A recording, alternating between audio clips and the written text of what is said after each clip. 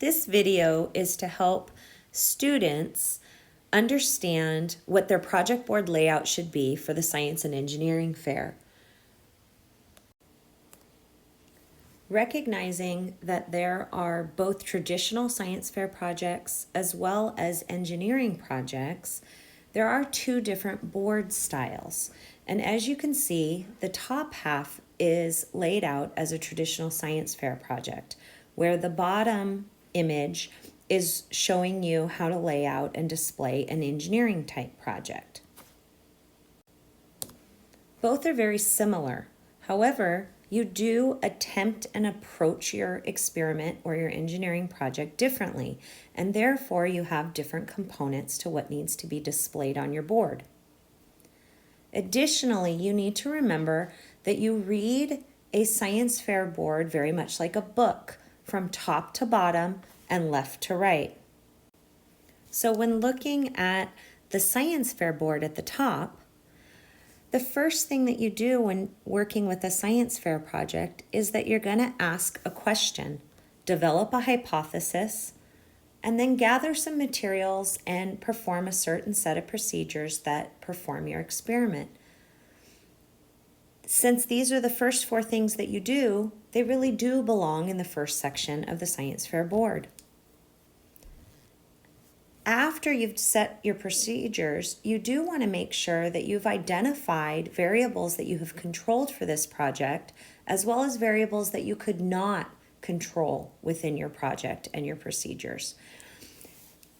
If you have variables that you can control, but you haven't yet done so, then you might want to go back and take a look at altering your procedures so that you can control more of your variables.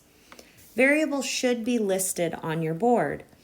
You do want two separate lists. You want to acknowledge those that you have controlled and those that were out of your control. After your procedures are set and you perform your project, or while you're performing your project, you are collecting data. And data is numbers. It is quantitative. And so you want to make sure that your data shows up on your board as some sort of a chart of numbers. There can be titles to show that this was experiment 1 or experiment 5. You want all of the data that you can collect to be displayed. If you happen to have so much data that it's impossible to display it all on your board, you can put it in your logbook and display just a portion of your data, such as your combined numbers or your averages. However, you want to let the judges know how much data you collected, because the more data you have, the better your graph and your results can be based on more tests and more information. Once you've collected your data, you get to make a graph to display that data. Now, sometimes you have to weed out the noise of data. So the graph that's showing actually has, if you're looking at this graph, it actually does have a trend. And maybe this particular graph would have been better if a trend line had been shown to show that upward increasing trend. As X was increasing, Y was increasing.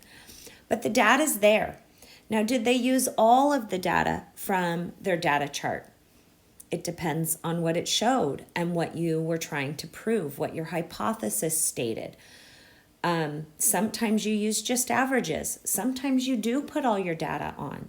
It really depends, and I would recommend that you watch the video on graphing and data specifically, so that you can make sure that you have the best data chart that you can possibly have, as well as the most accurate graph that proves or supports your hypothesis in the way that you wanted.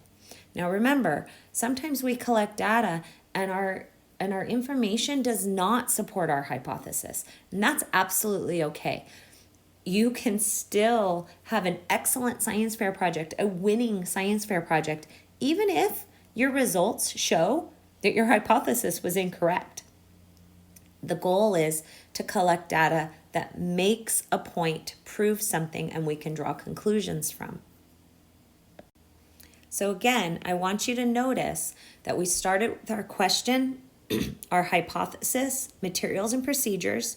We looked at variables, and then we were moving down this middle section as we covered variables, data, and graphs.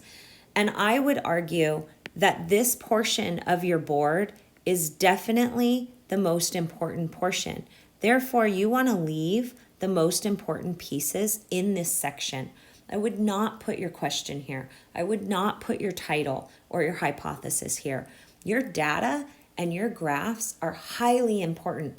And therefore, if you take a look at how this board is laid out, these sections are very large. That graph is easy to read from a distance. It's not the smallest thing on your board. In fact, it should be one of the larger components to your board. Show it proudly so that when the judges walk up, they can see the results of your data and they can make a guess as to the trend of what data you collected. And as you're talking to them about your project and the things that you controlled and what you were testing, they'll be able to look at that data chart easily without having to squint or use a magnifying glass. They'll be able to read your graph and your data points, your X and your Y axis very clearly and easily. And last is the last column on your board, your right display side of the board. And again, it reads top to bottom. So after you've collected data and you've made some graphs that represent what you were trying to prove with this project, you need to make some result statements and some conclusion statements. And often students get these mixed up. First, one of the largest errors that we see is paragraphs. Judges don't want to stand there and read paragraphs. They want to read bullet point statements. Okay, and then the difference between results and conclusions is that results are actually statements based on the data chart. Okay, so right here it says statements that can be made from reading the data numbers on that chart. So things like in experiment 1, as the temperature increased, the car moved faster or the car increased its speed. As the temperature approached 70 degrees Celsius or 70 degrees Fahrenheit, the plant began to shrink in size and went from 5 inches to 3 inches. So you're clearly utilizing numbers in these result statements, but they are bullet points. And that's really important because we want to make sure that that you are just simply stating in clear phrases what those numbers are showing and utilizing the numbers in your statement. Okay?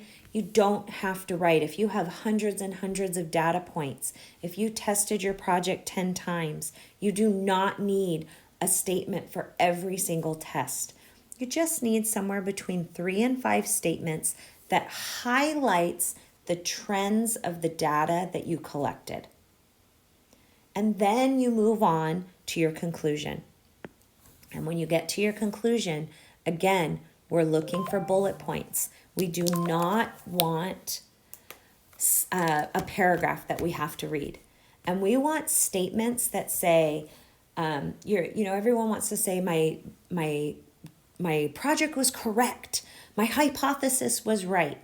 Well, the better statement would be to say that the data supported the hypothesis or the data did not support the hypothesis. And then explain why. Utilizing 3 to 5 bullet point statements, not full sentences necessarily, not a paragraph, just 3 to 5 statements that say, as temperature increased, the distance increased. And I'm using increase and increase because remember the trend line that I just drew on this particular graph was an increase. As X, whatever X was increasing, then the Y value was also increasing. And then you want to bring this and talk about what this means in real life. So this isn't just about the car that you tested with solar panels or the plants that you grew with different liquids. This is about what is the science telling you about life. This results tells us that caffeine is bad for plant growth. That's a big conclusion. Chlorine is bad for material. Solar panels increase the longevity of a battery. What is the science behind your hypothesis and what you are testing? And so you want one or two of those types of statements as well. You have all of your numbers in your results, but your conclusions are connecting it to the science and stating how this affects our future. Okay, and lastly on your board, if you have any sort of a graphic, so look up here in the top, I have a tree graphic. And if you zoom in, you would see that this is the URL for where this tree graphic came from. Any graphic that you utilize must have the URL with it. Any pictures that you take, they really should not have any brand names in them. So if you are taking a picture of a type of milk, you want to white out or black out the name of the brand of that milk. And instead of calling it, Kirkland brand milk, you might call it brand K or milk A, okay?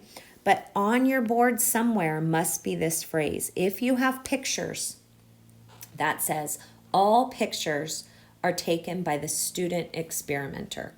And so I would just use a piece of paper that you've printed this on and glued it to the bottom section of your board. You can put the URL directly under graphics that you utilize, like I did for my tree. But any other pictures on your board that have been taken by your parent or by you while you were doing the experiment, if there are pictures on this board, you must have this phrase, okay? And it always looks better if it's not written by hand and you've used a label maker or a printer to type and print this and glue it to your board nice and neatly. You only need it on one time, okay? And really quickly, we didn't really talk about our title, but title boards that stand above your project board and are attached actually give you more space to your board. And therefore, you might want to think about moving your title board above your board and saving all of your space for these other components. We'll talk a little bit more about font size and board type when we move through some of our true sample pictures of projects. So now I'd like to move and talk a little bit about the engineering display project setup, which is this guy down here. So again, an engineering project starts off by asking a question and looking into something that interests you. But when you are engineering something, you actually come out with a finished product, and we call that product a prototype. So if you notice on my board, I do have a prototype section, and that is part of your most important component to your engineering project. It's what did you build? What did you make that was different? And sometimes when you're making it, as you can see on my board, it takes you one or two times, maybe even four alterations as you're building. And so you might call those stage 1 or prototype 1, prototype 2, stage 2. There might be 4, there might be 8. So as you make a product, you want to record what you did. Record it with pictures. Record it with bullet points about what was good and what was bad. And then as you alter that design, make new pictures and recognize what you changed and what you were trying to alter to better your engineering product. Okay, so when you're doing an engineering product, you start with the background. What is it that you're researching? What is it that you are trying to design or make that's new? And that's going to come from you going out and looking at alternate designs, looking at what exists out there, and learning something about what you're trying to change. And that means that you do have a background paragraph, and it does have some specific quotes and statistics and research involved in that paragraph. And you do want to make sure that you are using grade level appropriate writing standards, and that you have utilized your quotes and your MLA formatting for citations accurately, because you want to give credit to the experts, to the people that have already done this stuff and what you learn from them. And once you've researched and you figured out what you want to build and what you want to design, you have an engineering design. And so you want to list what your goal is, what your purpose of building is. And within that, there's going to be cost constraints. There's going to be design constraints.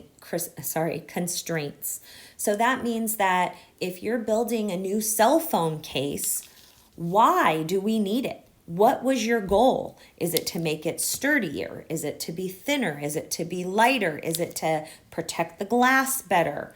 Is it to be fingerprint resistant? Is it to have a built-in pop socket?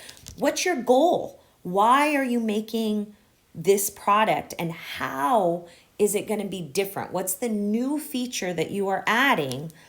And that goes under your design criteria and constraints. And of course, price must be a factor. And so as you're designing this, you have to have evaluated what else exists out there. And so you want to make sure that you show, and of course, if you're taking a picture from anywhere, then you need to make sure that you've cited the URL where you borrowed that picture from. So you'll have picture 1 here of a product, and it has its URL underneath. And you're going to list the features that that product has that you liked or that you didn't like, that you wanted to change, specifically the cost, the size. You want to compare it to how you're designing yours.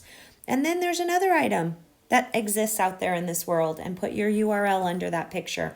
And again, talk about its price, talk about its flaws, talk about what you wanted to change and what was good about it that you're going to borrow and keep for your own design. And those things all go as bullet points underneath each of these pictures. Okay? And here it says 1 or 2 sentences, but really bullet points is fine. Okay? And you want to recognize how these are influencing the design criteria and constraints that you're putting on your own product.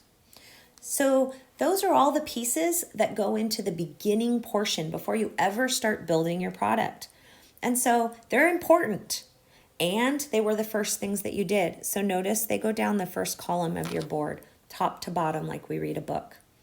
Then you start building, and again, reminding yourself that you are keeping track of the different phases of your engineering product, how you started the project, and then after you've maybe tested it, you needed to change something. And so you have a stage 2 or a phase 2, okay, product 2, something like that.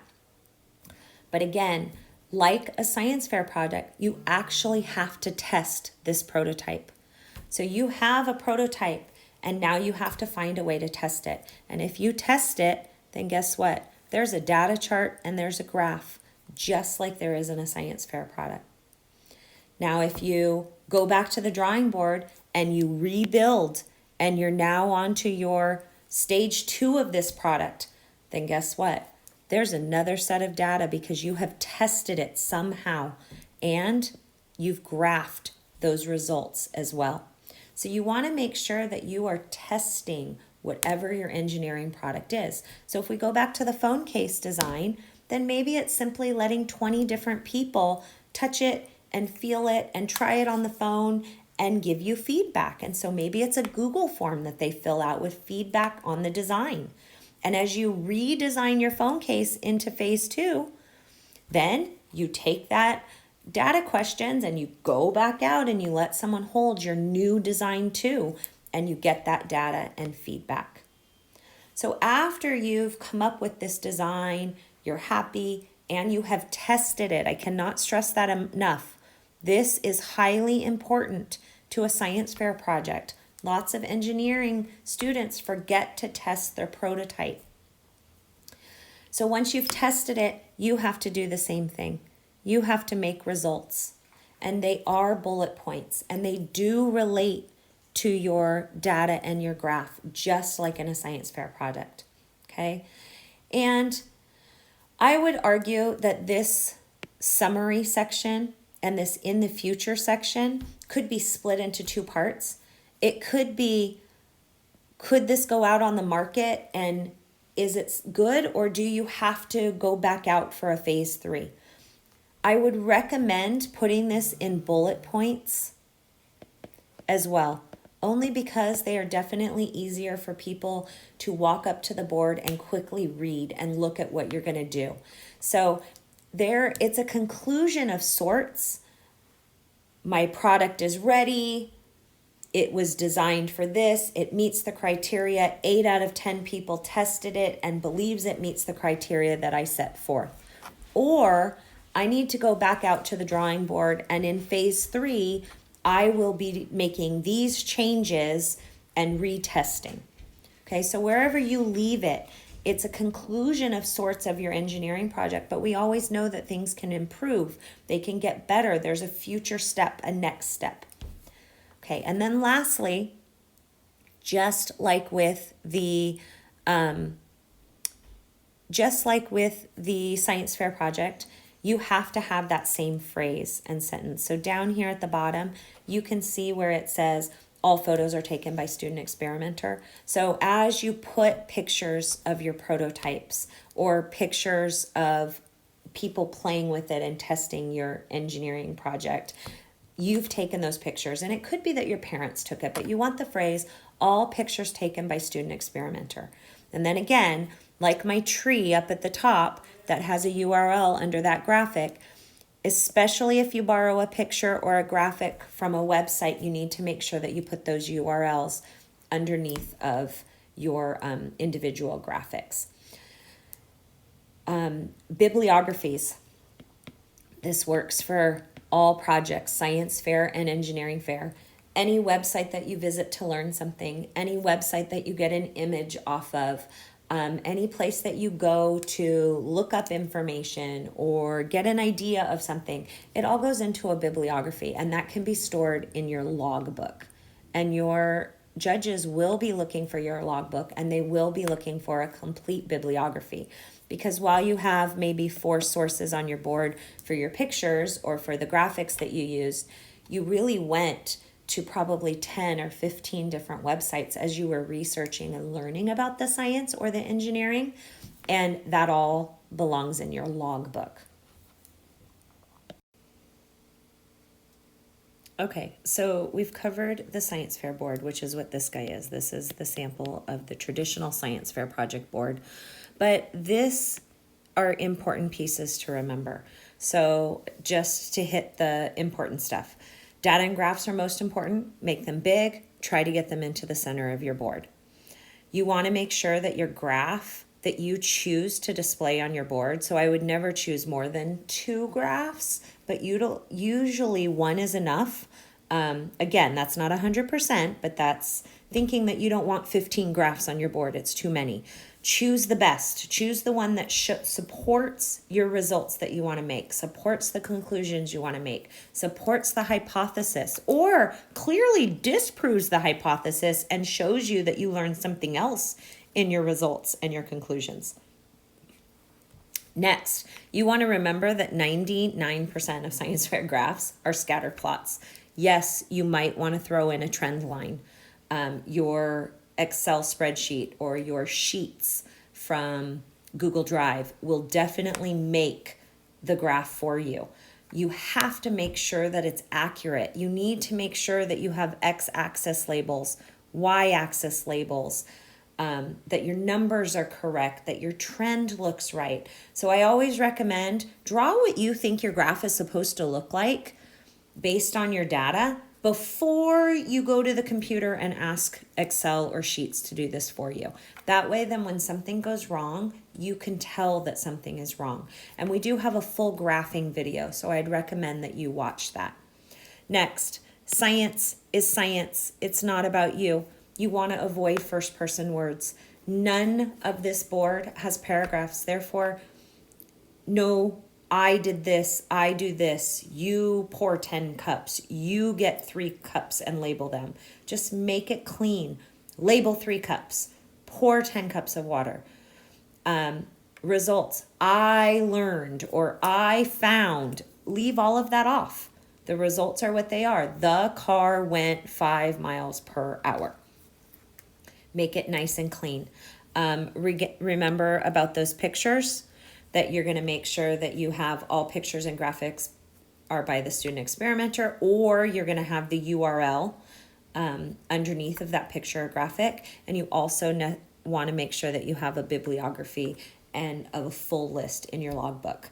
Okay, if you are utilizing people, you do not want to use their name. Make sure that if you have a picture of someone else or they were tested as part of your project, that you have written permission. And in your logbook should be a section of permission forms that have signatures. If someone is under 18, it must have an adult signature.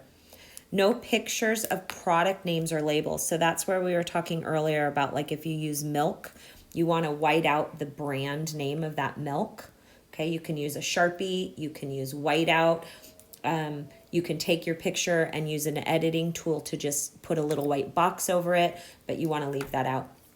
And then lastly, you want to make sure that there's no names on your science fair binder or your board. We don't want to know your school. We don't want to know your name. It could be on the back side because the judges won't see that, but it should definitely not be on the front side, and it should not be on your logbook. Your project number will be on your board. We'll give it to you the day that you set up, and it should then also be on your logbook. The size of the board, a traditional board is 36 by 48 inches tall. So 36 wide by 48 inches tall. You can put a title board on that and still have plenty of space. Basically, you can take 2 standard size boards and stack them on top of each other, and that will create the highest possible limit that you can do. If you put 2 boards on top of each other, then you may not have a title board because it will be too tall. You can also do things like take one project board and use half of another one. And I'll show you in a later slide how to connect them the best. This is the sample engineering board. And again, it has all of the same components that we just went over with the science fair board. Graphs are important, make them big. Really, 99% of our science fair graphs are scatter plots with some sort of trend line. We don't want first person, all of the same information, and you have the same standards. Your board can be no more than 2 of your traditional boards stacked on top of each other. So this is a science fair project that actually fits larger than 1 full board, but it's not quite 2 full boards. So you can see that the person followed the proper layout. But what I really want to show you is how they connected these 2 boards to make it stand all on its own and be safe at the fair. So this is the back side of the board. And as you can see, there is a line right here where the 2 boards were connected. And so this is your traditional size board. And then if you look, I'm going to shrink the picture a little bit. This is the top of the board, yet it was cut. So they used a straight edge and X-Acto knife, and they cut the board to the size that they needed. And then you can use paint sticks or rulers or some other light piece of wood, and you glue it or tape it to the board where they're sealed. So right here on the 2 sections where the boards are being put together, they used like a clear box wrapping tape, and then they taped, there's tape actually across these paint sticks that they used in order to get them to stick to their project board. And now the project board is completely sturdy. The 2 pieces look like one piece when you're looking at the front side. And so here again is the front side, and it's standing all by itself on a tabletop. This particular project has a header board, and as you can see, there's a piece that was attached to the top of this board. And again, this is a standard size board, the 36 by 48, but they've attached another piece to the top of it. So let me show you how that's done. So this is the back side of that header board. And so the traditional board is here, and it's the 36 by 48. And then they took again an X-Acto knife, and they took just the size that they needed to create that header board. And they used duct tape, which you can see here. And there's some sort of a dowel or a ruler putting the two boards together. So there's tape that goes across the seam of the two boards. Then there's a dowel or a ruler connecting the two boards. And then there's some more tape going across those sections to make sure that it stays together. Another great way to make sure that, especially your header or two boards, is you can take a toothpick and you place the toothpick into the seam of the bottom board and you slide the top board on top of it. And if you put a couple toothpicks in a few spaces along the board all the way around the edge, then you add your tape and your dowel or your rulers or your paint sticks to the back side. You have a very sturdy, larger than single board. And this could be used for a double board, a board and a half, whatever it is that you like.